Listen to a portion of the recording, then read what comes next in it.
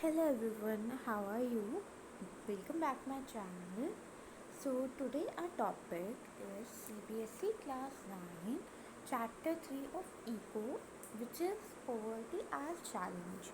आपको इसके हेडिंग से ही पता चल रहा है कि इस चैप्टर में हमें बताया गया है कि पॉवर्टी हमारी इंडिया के लिए, हमारे देश के लिए कैसा चैलेंज है। तो इस चैप्टर के ओवरव्यू में हम बेसिकली ये पढ़ेंगे कि जो challenge India most difficult challenge जो इंडिया फेस करती है वो है पॉवर्टी। और इसमें हम पढ़ेंगे कि पॉवर्टी को कैसा देखा जाता है सोशल साइंस में, और कॉन्सेप्ट ऑफ पॉवर्टी लाइन क्या होती है, कॉजेज़ ऑफ पॉवर्टी क्या होते हैं, और जो एंटी पॉवर्टी मेजर्स मतलब पॉवर्टी को ख़त्म करने के लिए क्या क्या मेजर्स लिए हैं वो पढ़ेंगे गवर्नमेंट के द्वारा। और ये चैप्टर एंड होगा कि कॉन्सेप्ट ऑफ पॉवर्टी को ह्यूमन पॉवर्टी में बदलने। Okay, so let's start. In our daily life we came across many people who we think are poor. They can be landless labours, villages, laborers in villages, or people living in overcrowded jhuggis in cities.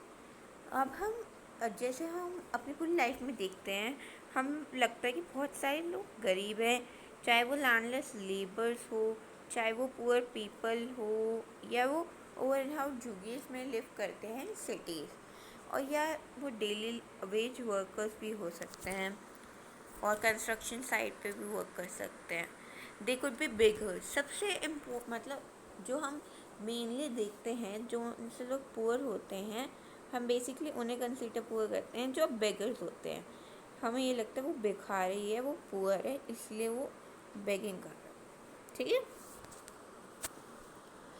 We see poverty all around us. हम जहाँ पे भी देखो तो हमें poverty ज़रूर मिलती है।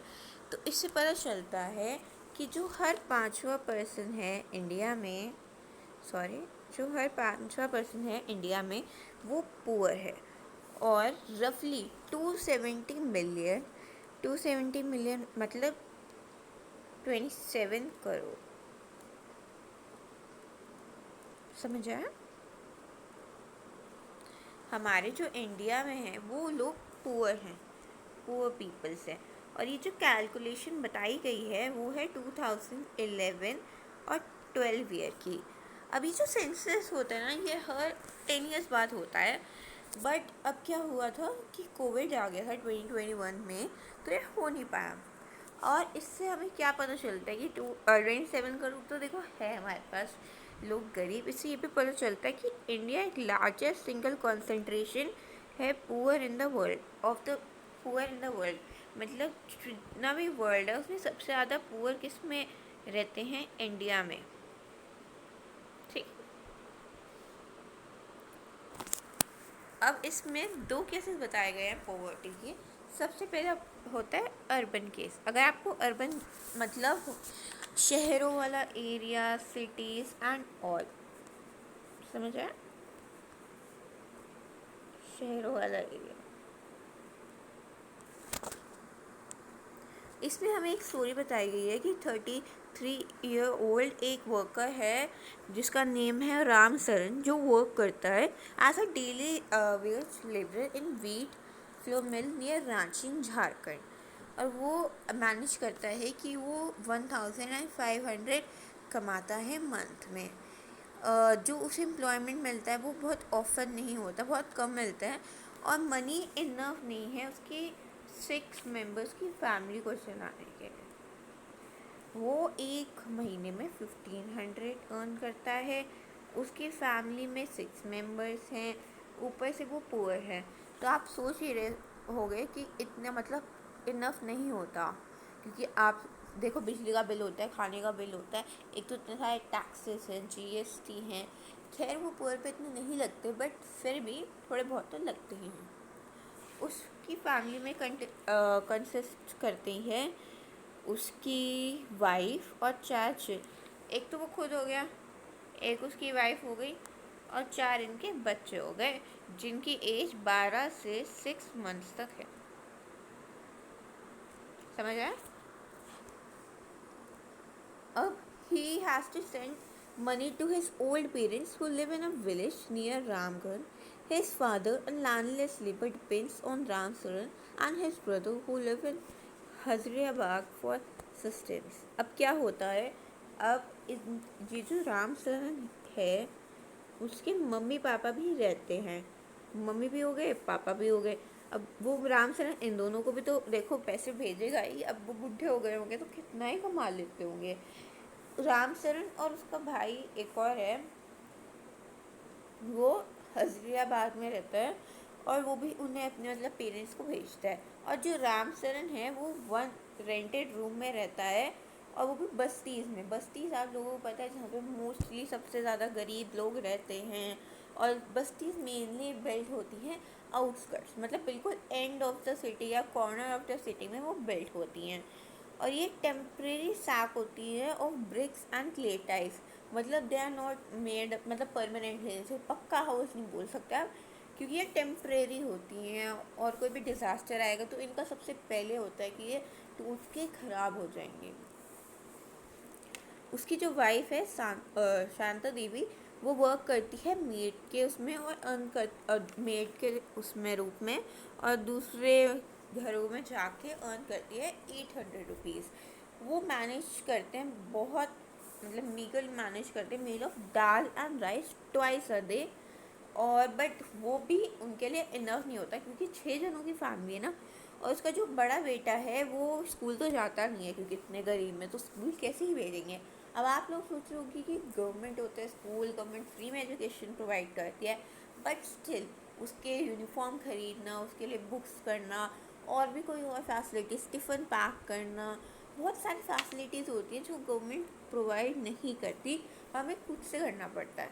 गवर्नमेंट सिर्फ एजुकेशन प्रोवाइड कर रही है, उसमें आपको देखो बुक्स तो मेन होते हैं ना पढ़ने के लिए, बुक्स ही नहीं है तो पढ़ोगे क्या जाके. तो उसका बेटा जाता है टी स्टॉल में हेल्प करता है, वो 300 रुपये तक कमा लेता है. उसकी जो 10 साल की बेटी है वो टेक केयर करती है यंगर सिबलिंग्स की. और कोई भी उनमें से स्कूल नहीं जाता और उन पे पास सिर्फ 2 पेयर्स ऑफ क्लोथ्स ईच होते हैं. हम देखते हैं जो बेगर्स होते हैं वो एक ही क्लोथ्स इतना गंदे होते हुए भी पहन लेते हैं. हम अगर होते तो हम बिल्कुल भी नहीं पहनते, बट उनकी पॉवर्टी है, उनकी मजबूरी है कि उन्हें वो पहनना पड़ता है. और वो सिर्फ एक बार वॉट करते हैं नए कपड़े, जब जो पुराने कपड़े होते हैं वो बिल्कुल अनवेयरेबल, मतलब बिल्कुल घिस जाते हैं, पहन ही नहीं सकते थे, होल्स हो जाते हैं उसमें एंड ऑल. और शूज़ तो उनके लिए एक लग्जरी है, शूज़ तो अफोर्ड ही नहीं कर पाते, लग्जरी है. और यंगर किड्स आर अननरिश.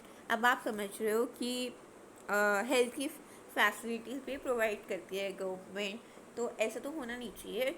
बट देखो ये बस्तीज़ में रह रहे हैं बिल्कुल कॉर्नर ऑफ द सिटी. अब जो अच्छे अच्छे हॉस्पिटल्स हैं या गवर्नमेंट हॉस्पिटल्स हैं वो तो सेंटर ऑफ द सिटी में होंगे. अब वो इतना पैदल भी नहीं चल सकते हैं और ना वो कुछ अवॉइड कर सकते. मैं रिक्शा ले लूँ 50-100 रुपये, इतना तो वो कमा भी नहीं रहे जितना वो सिर्फ उसमें कर लें. तो उसमें से हमें बेसिकली क्या पता चल रहा है, 1500 राम सरन कमा रहा है, 800 उसकी वाइफ कमा रही है और 300 उसका बेटा कमा रहा है, विच इज़ टोटली 2600. और अगर आप सोचो कि आप 2600 एक मंथ का कमा रहे हो, that is not enough, because क्योंकि उसके पास 6 मेंबर्स की फैमिली है और उन्हें अच्छे से मतलब कर भी नहीं पाता है. अगर हम नॉर्मल या मिडिल क्लास उसमें देखें तो हमारा 300 तो बिजली का बिल आता है या टीवी का वॉट एवर बिल, उसमें से 1000 रुपये, सॉरी 300 हमारे टीवी का बिल होता है, 1000 रुपये हमारा बिजली का बिल होता है. देखो 1300 तो हमारा ऐसे निकल गया. फिर हम फूड एक्सपेंसेस लेते हैं, उस पर जीएसटी लग जाती है 200 रुपये तक की. अगर हम ऑल देखें तो 1500 जितना वो कमा रहे हैं ना उतना तो हम एक महीने में उड़ा देते हैं.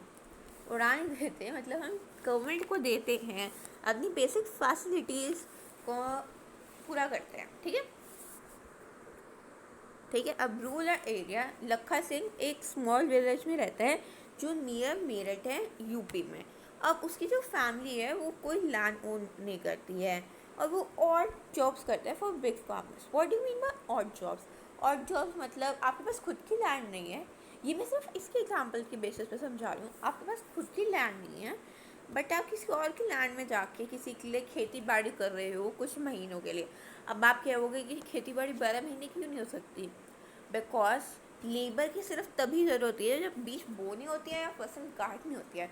बाकी तो जो उगेगी खेती बाड़ी वो तो खुद ही उगेगी, उसमें क्या चाहिए। इतना तो डेवलप्ड इरिगेशन सिस्टम हो गया है, ग्रीन रेवोल्यूशन भी हुआ था, इतने ट्यूबवेल्स लगे हैं, इलेक्ट्रिसिटी कितनी जगह पर प्रोवाइड करी गई है। तो मतलब ये और जॉब्स हैं कि वो सिर्फ 4-5 महीने तक की जॉब्स करते हैं, ठीक है। और कभी कभार उसे एक दिन का 50 रुपये मिलता है, और कभी कभार वो भी नहीं मिलता। कभी कभार तो उसका बॉस है या फिर जो भी हेड है वो उसे कुछ वेजिटेबल्स दे देता है, फ्रूट्स दे देता है, या कुछ खाने का दे देता है। देखो 50 रुपये तो बहुत कम है एक दिन के। और उसके पास तो उससे भी बड़ी फैमिली है, विच इज़ 8 फैमिली मेम्बर्स। और ये तो जैसे वो 2 टाइम का खाना अरेंज भी कर लेते थे अर्बन में, ये तो 2 टाइम का खाना भी अरेंज नहीं कर पाते, और इनकी 8 फैमिली मेम्बर्स है। इतनी बड़ी फैमिली, वाह। ओके। अब लखा सिंह है वो कच्चा हाउस में रहता है। ये भी देखो आउटस्कर्ट नहीं होते हैं। देखो जो बस्तीज हैं, जो गरीब लोग होते हैं, वो मेनली तुम्हें कॉर्नर्स ऑफ द सिटी में ही मिलते हैं, क्योंकि अगर कोई अमीर के साथ कोई गरीब आने लगे रहने लग गया होगा तो देखो अमीर हजम भी नहीं कर पाएंगे, और गरीब को इतना वो ह्यूमिलेट कर देंगे कि वो नेचुरली वहाँ से निकल जाएगा। उसे बोलेंगे ही नहीं तुम यहाँ से चल जाओ। एक तो वो उसे एक्सक्लूड करने लगेंगे, उसे वो फैसिलिटीज़ प्रोवाइड नहीं करेंगे, ध्यान नहीं देंगे, उसे बुली करेंगे, ह्यूमिलेट करेंगे, और वो खुद ही नेचुरली लीव कर देगा। तो जो माइनॉरिटी ग्रुप्स हैं उस पर मेजॉरिटी ग्रुप्स हावी हो जाती हैं कभी कभार। जो उसके फादर हैं वो टीबी पेशेंट थे, और वो 2 साल पहले ही पास ऑन हो गए थे, क्योंकि वो लैक ऑफ मेडिकेशन, पुअर है, मेडिकल फैसिलिटीज मिल रही तो वो मर गए। उसकी जो वाइफ है वो पूरे टाइम पूरा दिन अपना chopping folder, what do you mean by chopping folder? चारा, डू यू हर्ट चारा जो हम गाय भैंसों को देते हैं, उसे काटने में लगा देती है, और collecting in firewoods in the field. Firewoods क्यों चाहिए होती है? जो चूल्हा पुराने ज़माने का था उसमें हम लकड़ी से आग जलाते थे, या उनका कुछ होगा काम, तो क्या भी कुछ कह नहीं सकता। और उसकी मदर भी अभी वही डिजीज़ से सफ़र कर रही हैं, और वो भी बिल्कुल ऐसे धीरे धीरे धीरे धीरे इतनी गंदी सिचुएशन में जा रही है कि वो भी एक टाइम मर जाएगी। और जो विलेज है उसमें प्राइमरी स्कूल था, बट लखा नहीं गया उसमें, क्योंकि मैंने आपको बताया पॉवर्टी की वजह से वो नहीं भेज पाते। और उन्हें उसे अर्निंग भी करने लग गई, उसे अर्निंग भी करने लगी थी 10 साल से, क्योंकि फैमिली कंडीशंस होती हैं, पॉवर्टी भी नहीं होती, और न्यूक्लियस सालों में एक बार आते हैं। और सोप और ऑयल भी उनके लिए लग्जरी था। Can you imagine?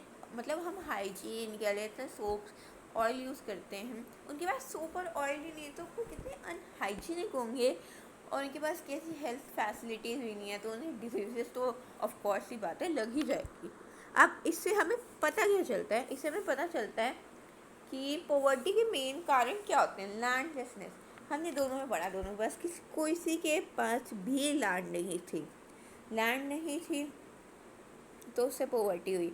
अनएम्प्लॉयमेंट, मैंने अभी बताया आपको, वो और जॉब्स करता था, उसे कहीं एम्प्लॉयमेंट नहीं मिलती थी, कि वो खेती बाड़ी में 4-5 महीने तो वो एम्प्लॉयड है, उसके बाद तो वो पूरे टाइम में एम्प्लॉयमेंट रहता है, उससे भी गरीबी आती है, क्योंकि 4-5 महीने पैसे भी आ गए, अगले के 6-7 महीने क्या करोगे? साइजेस ऑफ फैमिली, ये तो बहुत इम्पोर्टेंट है।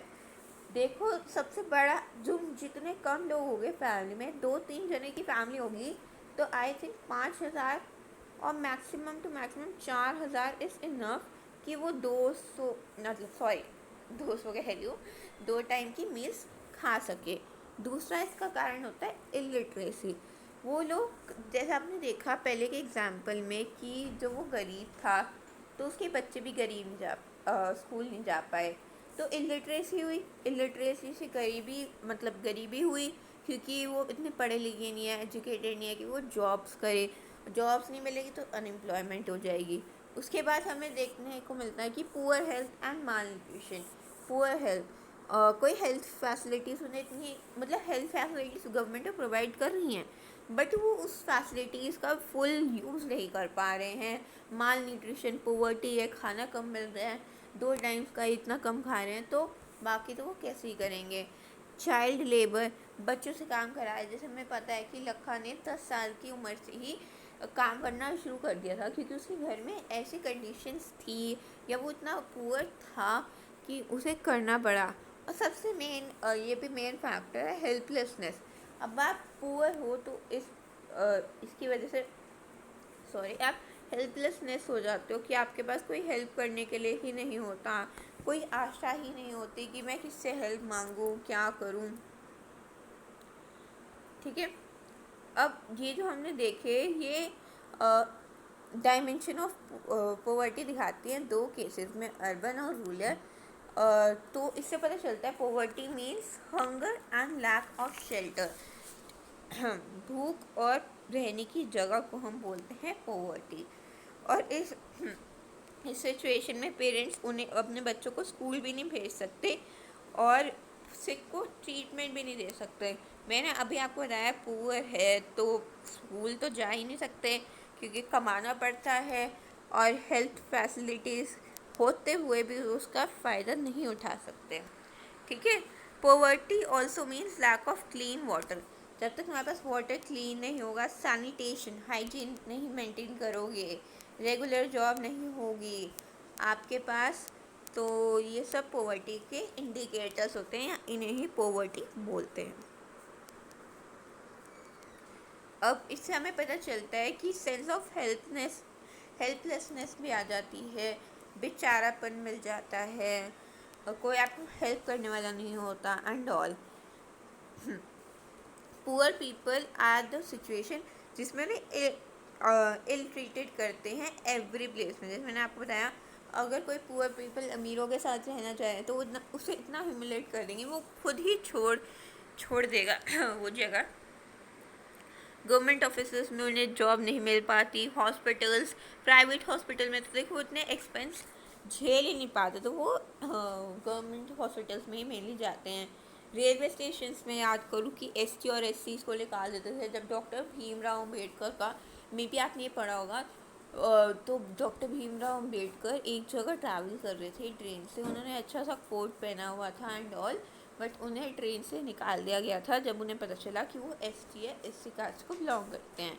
और हर कोई और किसी को पसंद भी नहीं है कि वो पॉवर्टी में रहे, उनकी मजबूरी होती है जिसकी वजह से उन्हें पॉवर्टी में रहना पड़ता है। सबको तो ऐसा अच्छा लगता है कि वो अपनी कंफर्टेबल लाइफ में जिए, पूरा ऐशो आराम करे, बट उनके सर्कमटेंसेस ऐसे होते हैं कि उन्हें पुअर उसमें रहना पड़ता है। और बिगेस्ट चैलेंजेस ऑफ इंडिया जो बताया गया है, महात्मा गांधी ने हमेशा बोला है biggest challenges of India is always poverty.